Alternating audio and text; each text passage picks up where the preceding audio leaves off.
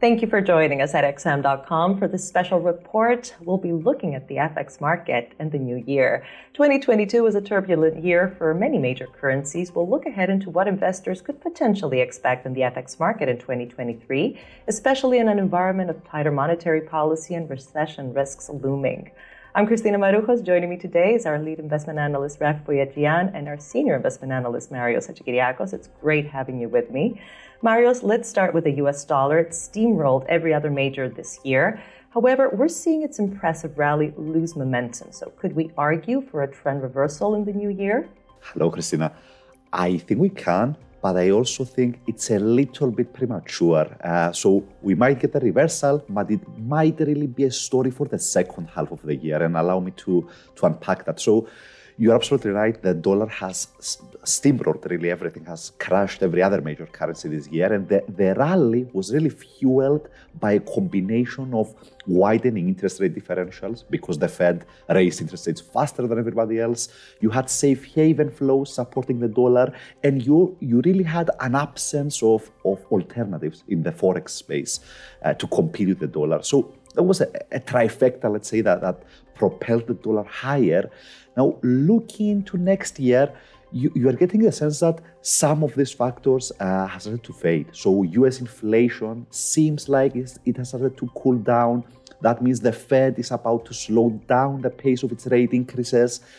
However, and of course, those are negative factors for the dollar, but historically speaking, at least, a softer Fed is usually not enough to turn the tide in the dollar. So usually what you need for the dollar to really turn around and go into a downtrend is an improving economic outlook in the rest of the world, especially Europe. And that's currently not the case. If we look at business surveys, they suggest that the Eurozone and the United Kingdom are either already in recession or headed directly into one. And of course, the big reason is the energy shock and how much it has impacted those economies. Now, by contrast, the American economy seems more resilient. So because, of course, the US is energy independent, it's a net exporter of energy, the energy shock didn't hit the American economy quite as much. And even though a lot of the leading indicators suggest that America is also headed for recession, it will probably take longer to get there. So the way I would frame it is that Europe might be looking at a recession in the first quarter of next year, but the US might only get there in the second or the third quarters. So from that perspective, I think we're likely to see a stronger, the dollar rally extend into next year as the US economy is superior really to the European ones and is more resilient. But heading to the middle of the year, we might have a situation where the US is headed into recession, but Europe is starting to bottom out, having entered a downturn much earlier. And that, I think, might be when a reversal in euro dollar or in the dollar more broadly might start to take flesh. Yeah, and just to add to that, even if we are seeing a reversal and the dollar has indeed peaked, I think it's going to be a very slow rebound for these currencies because of so much uncertainty around at the moment. So even if we do see further gains, it's going to be a pretty bumpy path. It's not going to be, I don't think they're going to be able to maintain the pace of the rally at the very least. So yes, the dollar, a lot of question marks whether it's peaked or not, but even if it has peaked, I don't think this is a case of the euro and the pound quickly going back to the levels they were a couple of years ago. Well, Rafi, speaking of the euro and the British pound, they were plagued by the energy crisis earlier in the year. They reached multi-decade lows against the US dollar just a few months ago. Are they likely to remain under pressure in 2023? And what are the factors investors should pay most attention to? Well, it is indeed interesting what's going to happen in the early parts of 2023, because a big part of this quick rebound we're seeing towards the end of 2022 is down to the fact that they fell so much in the first half of 2021. So the 2022, because of course the Fed, why the Fed was so much more aggressive than either the ECB or the Bank of England. I mean, a lot is riding on how this energy crisis will pan out. At the moment, we do have some encouraging signs that this winter might not be quite so grim.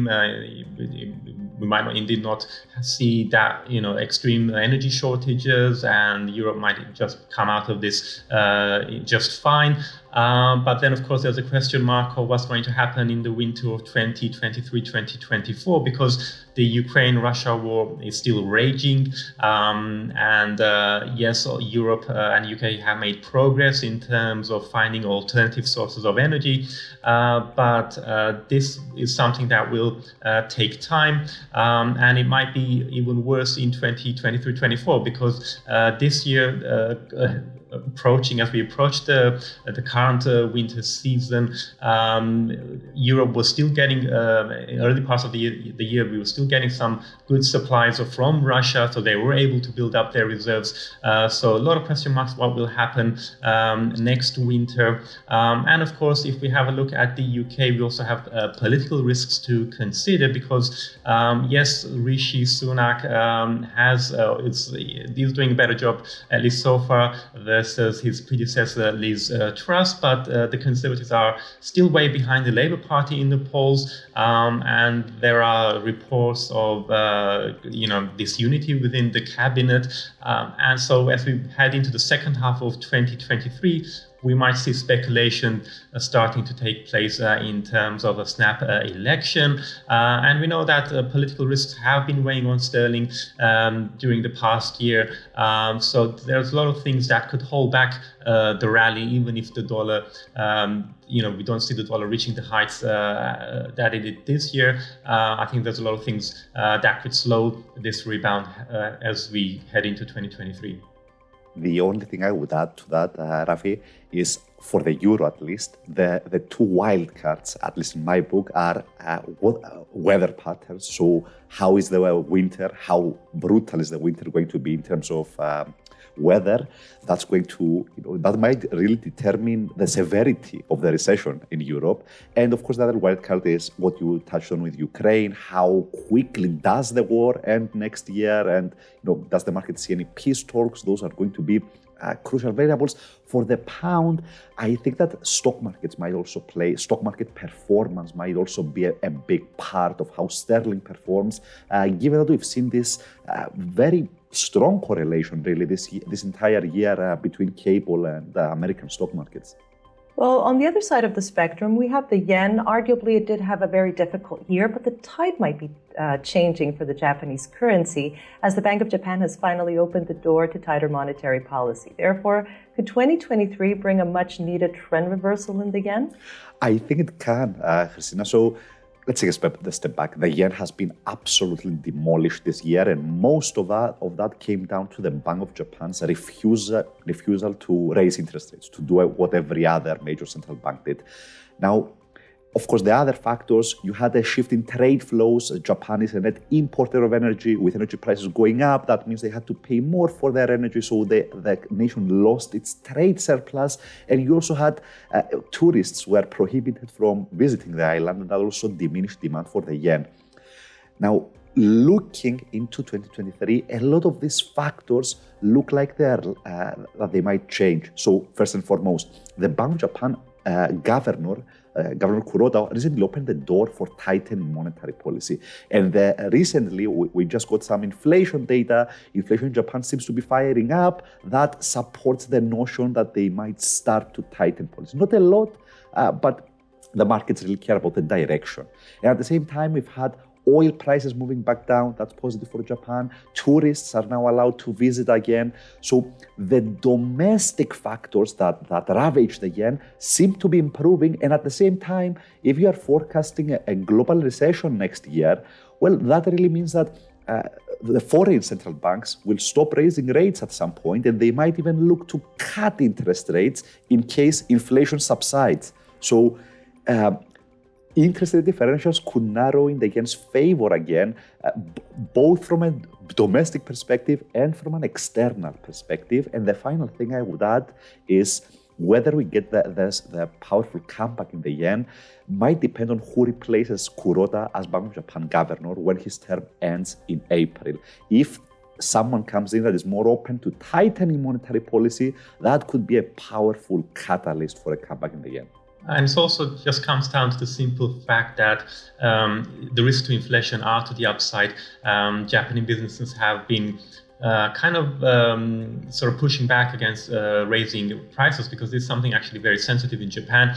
But they might have no choice but to start raising prices, and we could see a quick broadening of price pressures in Japan. And this is something that has been acknowledged by Bank of Japan policymakers, and when you consider the fact that Bank of Japan hasn't taken any preemptive tightening, so they're only going to start taking action once we see more concrete price pressures building up. So they're definitely going to be way behind other central banks in terms of tightening cycle, and that divergence will indeed matter a lot for the yen next year.